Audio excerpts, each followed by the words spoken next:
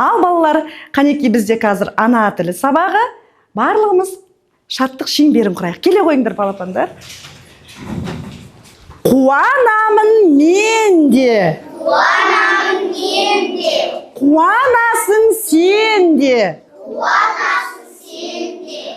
Қуанайық бәріміз арайлап атқан әр күнге. Балалар, көңіл-күйлерің қалай? Жақсы. Жарайсыздар. Балалар, біздің осы аптадағы дәйек сөзіміз заң және тәртіп. Олай болса, балалар, біз өткен сабақта өтілген материалдарды еске түсіру мақсатында ширату жаттығуын жасайық. Сендер иә немесе жоқ деген жауап қайтарасыңдар. Қанеки, Альбина оқи ғой. Сөз әріптен құралады. Я. Жарайсың. Өте жақсы. Айым, оқи ғой. Дыбыстау үшке бөлінеді. Жоқ. Жарайсың. Әбілқайыр оқи ғой. Дыбыстарды айтамыз, естиміз. Я. Иә. Медина оқи ғой. Әріптерді көреміз, жазамыз. Я. Айып тұра ғой. Сөздерді буынға бөлуге болады. Я. Балалар, қазір мен сендерге тақтадан бейне жазба көрсетемін. Сендер сол бейне жазбаны көре отырып, қандай қала және қандай ғимараттарды көрдіңдер, сол туралы еске түсіріп әңгімелеп бересіңдер. Жарай ма? Еліміздің астанасы Нұр-Сұлтан қаласы. Қаланың ортасымен Есіл өзені ағады.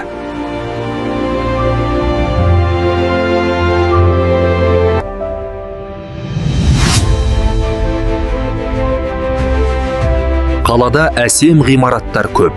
Онда Бәйтерек хан шатыр бар.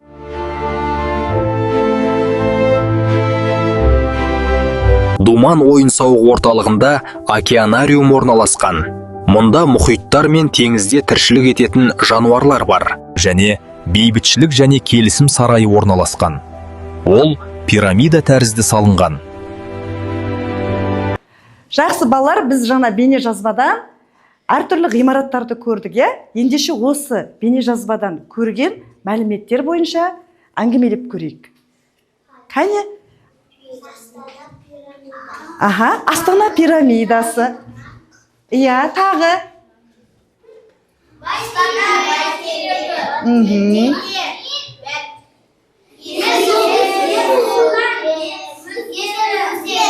Есіл өзен.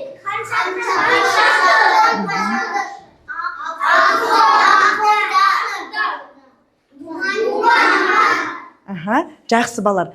Ал ендеше осы ғимараттар туралы әңгімелеп көрейікші. Хан шатыр, Думан, Ақорда туралы. Кәне, кім қандай мағлұматтар біледі? Альбина? Астана біздің бас қаламыз. Ояқта үлкен ғимараттар бар. Мен ояққа барғанды ұнатамын. Думан орталығы бар. Бәйтерек Қазақстанның тәуелсіз белгісі. Бәйтерек Астананың тәуелсіз белгісі. Бәйтерек ең күшті ағаш. Бәйтерек ғимаратын ең дәуі. Бәйтерек ең мықтысы. Сондықтан Бәйтерек ғимаратын Бәйтеректі салған. Хан шатыр Астана қаласында орналасқан. Ол жерде балықта ойнағандағы хан шатырда ойнағандағы бар. Ол жерде акулалар балықтар бар. Ал ендеше балалар, бізде қазір тыңдалым дағдысы мәтінді қане кім оқиды? Еліміздің астанасы Нұр-Сұлтан қаласы. Қаласының ортасымен Есіл өзені ағайынды. Қанеке, Алижан жалғастыра ғой. Анкарада әсем ғимараттар көп, онда бәйтерек, хан шатыр бар. Нұр-Сұлтан қаласы әдемі, ормаған ұнайды. Өте жақсы. Жарайсың. Балалар, мәтін түсінікті болды ма сендерге? Өте жақсы, жарайсыңдар. Балалар, еліміздің астанасы бұрын 2019 жылы Нұр-Сұлтан қаласы болып аталынған екен. Кейін қазір Астана қаласы болып өзгертілді. Қаланың ортасында Есіл өзені ағады екен. Қалада әсем ғимараттар көп екен. Жарайсыңдар. Жаңа сендер атап өттіңдер, балалар? Бәйтерек, хан шатыр бар екен. Қазіргі біздің Астана қаласы әдемі және барлығымызға ұнайды деген ойдамын. Бұрынғы атауы қалай болып аталған екен? Нұр-Сұлтан болып аталған. Өте жақсы, жарайсыңдар. Балалар, мәтінде бізде жаңа ғимарат сөзі кездесті. Ғимарат дегеніміз белгілі бір үлгімен салынған құрылыс нысаны екен. Ал ендеше балалар, мәтін не туралы болды? Қанеке барлығымыз Нұр-Сұлтан қаласы туралы білетінімізді айтайық. Еліміздің астанасы Нұр-Сұлтан қаласы. Қаланың ортасымен Есіл өзені ағады. Қалада әсем ғимараттар көп, онда бәйтерек, хан шатыр бар. Нұр-Сұлтан қаласы әдемі, маған ұнайды. Бүгінгі күннің жады балалар, қаңтардың 30-ы сынып жұмысы өтілетін тақырыбымыз буын. Ал ендеше балалар, қазір біз дәптерімізді аша отырып, екінші жаттығуды сөздерді буынға бөліп жазамыз, Қанекейін Нұр-Сұлтан сөзін буынға бөліп көрейікші? Нұр-Сұлтан. Өте жақсы, жарайсыңдар. Келесі. Астана. Так, неге 3 буын? Неліктен? Өте жақсы, дұрыс айтасыңдар. Келесі. Себебі? Алдияр, тұра қойшы балам. Қала сөзінде дауысты дыбыстар қайсысы? Қала деген сөзде 2 а бар. Өткені дауысты дыбыс 2 болғанда буын 2-ге бөлінеді. Өте жақсы, жарайсың, Алдияр.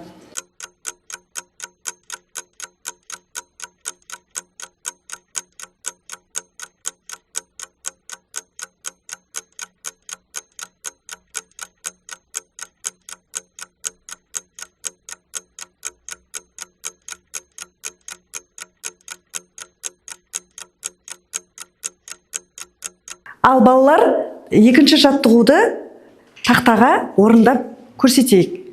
Бізде алғашқы сөзіміз қандай сөз тұрды? Нұр-Сұлтан. Иманғали, келе ғой балам, тақтаға Нұр-Сұлтан сөзін буынға бөліп жазып бере ғой.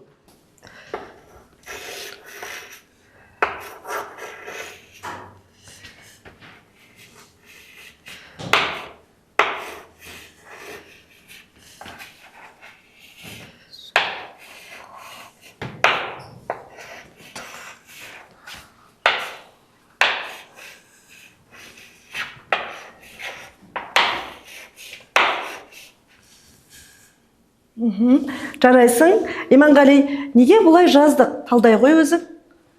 Нұр-Сұлтан сөзінде 3 дыбыс сонша бөлдеді. Иманғали, дауысты дыбыстар қандай дыбыстар?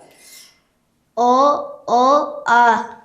Сондықтан 3 буын бар.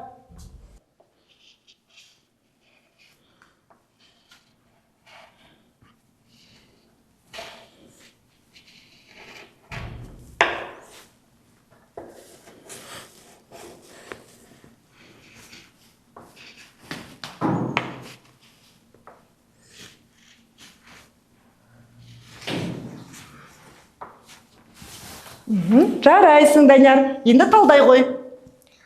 Астана сөзінде Астана. Дұрыс-ақ? Сондықтан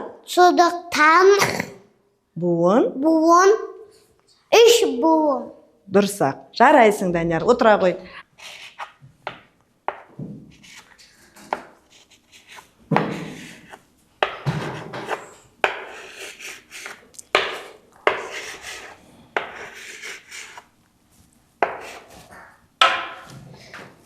Қала сөзі 4 дыбыстан болады. Дыбыстар 2 дыбыс буынға бөлінеді.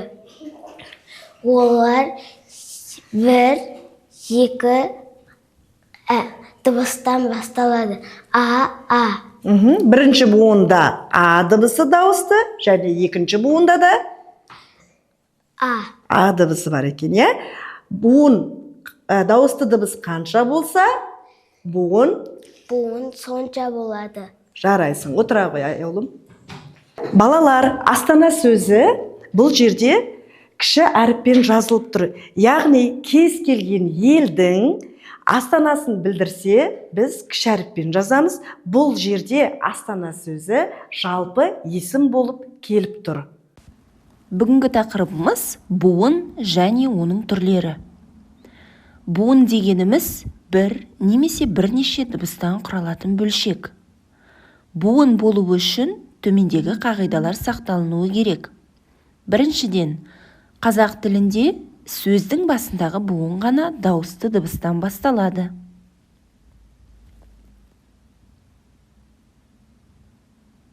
Екіншіден, құрамында міндетті түрде дауысты дыбыс болу керек.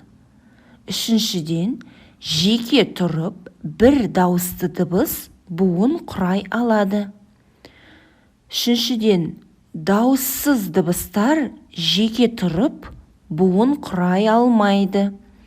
Және төртіншіден, сөзде неше дауысты дыбыс болса, соншама буын болады.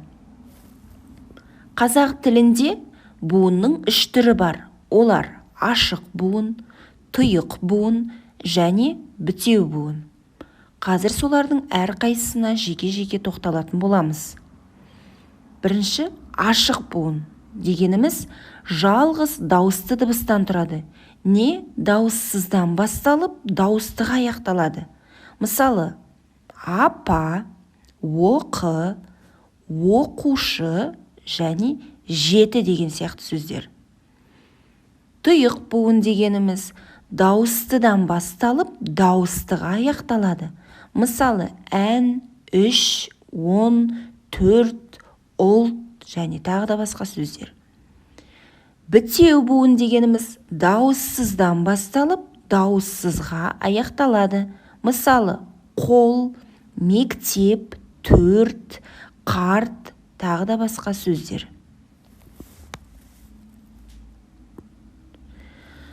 Буынға бөлуде сақталынуы қажет ережелер де бар. Біріншіден, у, қысқа и, ың дыбыстары кездесетін кей сөздерде буынға бөлу процесінде сөздегі у, қысқа и, ың дауыссыз дыбыстары келесі буынның бірінші дыбысы болады. Мысалы, жауын, қауын, қайық, сіңір және қоңыр деген сияқты сөздер. Екінші ереже, қатар тұрған 3 дауыссыз дыбысы бар сөздер буынға бөлінгенде алғашқы екеуі бірінші буында қалады да, ал үшінші дауыссыз дыбыс келесі буынға кетеді. Мысалы, құмырсқа, жұмыртқа, сыпыртқы. Есіңде сақта, сөз буынға бөлінеді. Сөзде қанша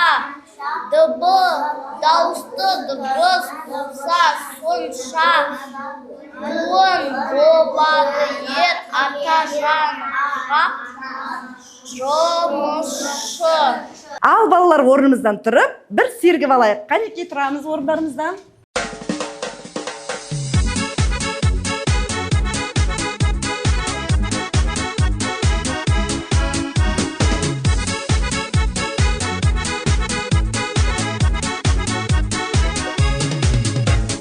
Теріп едік жемісін, сезім бақтың, сыйластық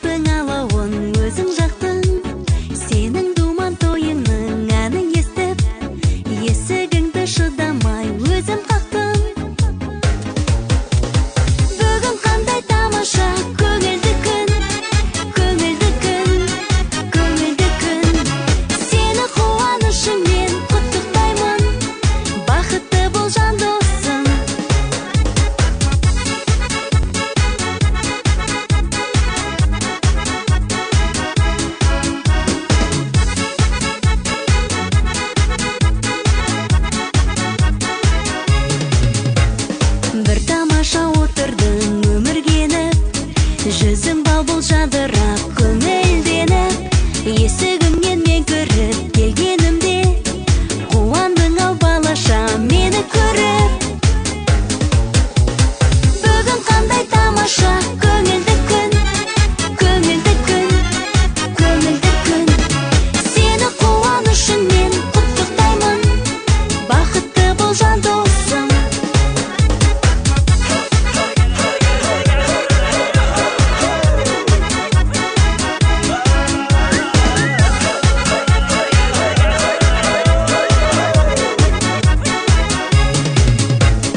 Бүгін қандай тамаша, көңілді күн, көңілді күн, көңілді күн. Сені қуанышын мен құттықтаймын, бақытты бол жан досым.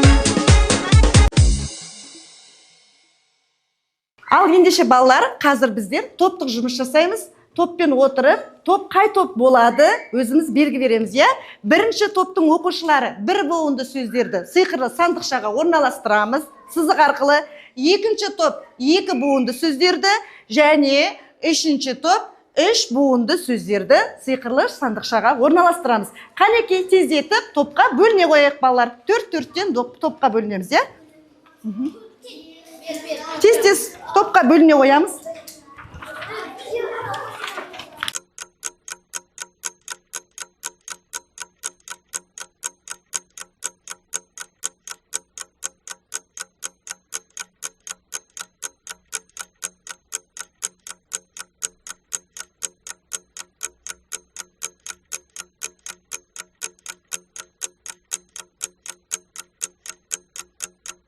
Так, жақсы, бірінші топ болды. Так, тағы қай топ болды? Аха, жақсы, үшінші топ болды. Және екінші топ болдық, я? Лет хан хан. Дұрыс па балар? Ел тан дос хан. Аха, дұрыс па балар? Келесі екі буынды сөздерді оқиға сезім. Отан езін қала хан ешін қала. Я, дұрыс Раяна. Ар жанар торғай елші Аха. танба. Өте жақсы, жарайсың. Келесі үшінші топ үш буынды сөздерді оқи қойық. Отанды өзетті бәйтері пирамида. Көрсете ғой бері. Есік тоғайда достықты астана. Аха, өте жақсы. Балалар, сендердің жұмыстарың нәтижелі және дұрыс жасалды. Қанекей? Өте жақсы. Тақтаға іле қояқ балалар.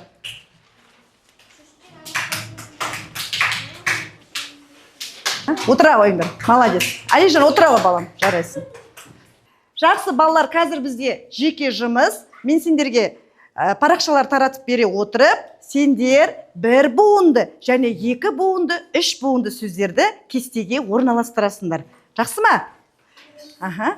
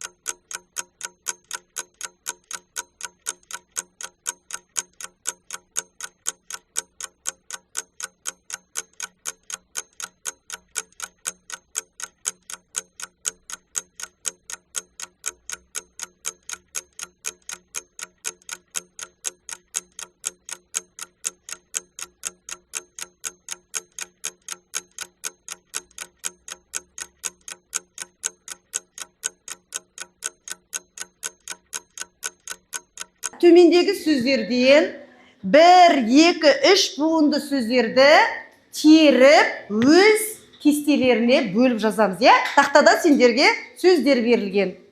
Балалар, мен сендерге жаңа жеке жұмыс бердім. Бірінші қатардан 1 буынды сөздерді кім оқиды? Оқиға Мүслім.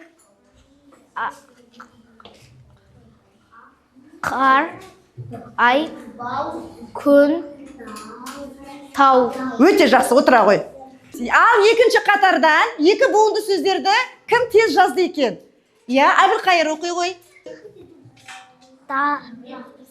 Тала, қырау, есік, алтын. Өте жақсы, жарайсың, отыра ғой. Ал енді үшінші қатардан 3 буынды сөздерді оқиық. Қане кім оқиды? Тамерлан оқи ғой. Апай, мен айтам. Астана, мұғалім, үлкендер, ауа, тау. Менің алдымда бірнеше қима қағаздар жатыр. Осы қима қағаздардан сендер буындардан сөздер құрастырып шығаруыңыз керек. Және оны тақтаға ілеміз. Бірінші болып мәреге кім жетеді екен?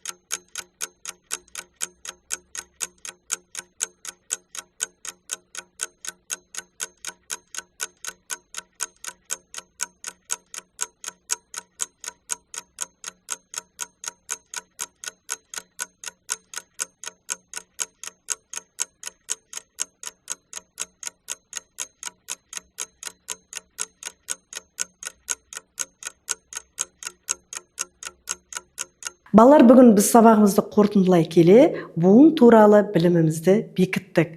Яғни, буын қай кезде құрылады? Сөздегі дауысты дыбыстардың санын анықтау арқылы біз буын санын анықтайды екенбіз.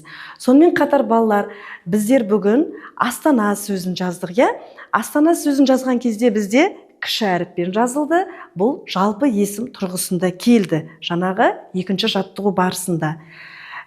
Яғни бұл жерде басқа елдердің қала атауын атаған кезде кіші әріппен жазылып тұрды. Ал егерде Астана сөзі нағыз қаланың атауын білдірсе, бас әріппен жазылады екен. Балалар, біздер бүгінгі сабақта не түсіндік, не ұқтық, не көрдік? Айта ғой. Бәйтерек туралы көрдік, Думан туралы көрдік, Астана туралы көрдік. Жарайсың. Фундамент таныстық, екі буында, бір буында, үш буында таныстық. Жақсы. Тағы да. Иә, ұлым. Осында қаласымен таныстық. Өте жақсы, жарайсың. Тағы. Аха, гүлім. Сәттімен таныстық. Жарайсың. Алижан. Алматымен таныстық. Жақсы.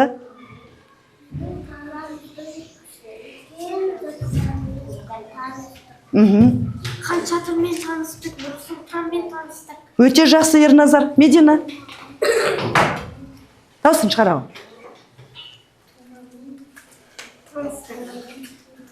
Отыр. Осымен біздің ана тіл сабағымыз балар аяқталды. Кері байланыс ретінде бүгінгі сабақта не білдік, немесе әлі де білгіміз келетін болса, үйренгіміз келетін мәселелер, шешім болса балалар, білім почтасына хат арқылы маған жолдаймыз. Иә балалар, өздеріңіздің хатыңызды осында жазып, мына жаққа салуларыңды сұраймын.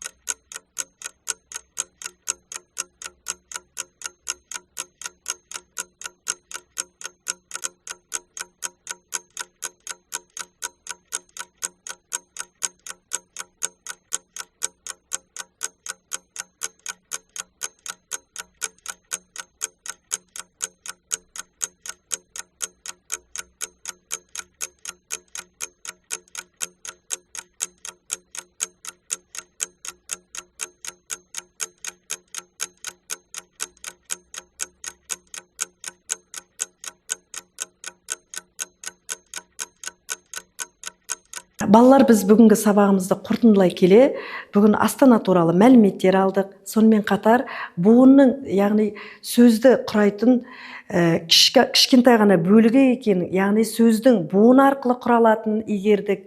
Буын құралу үшін міндетті түрде сол сөздерде дауысты дыбыстың қатысуымен болатынын да игеріп өттік.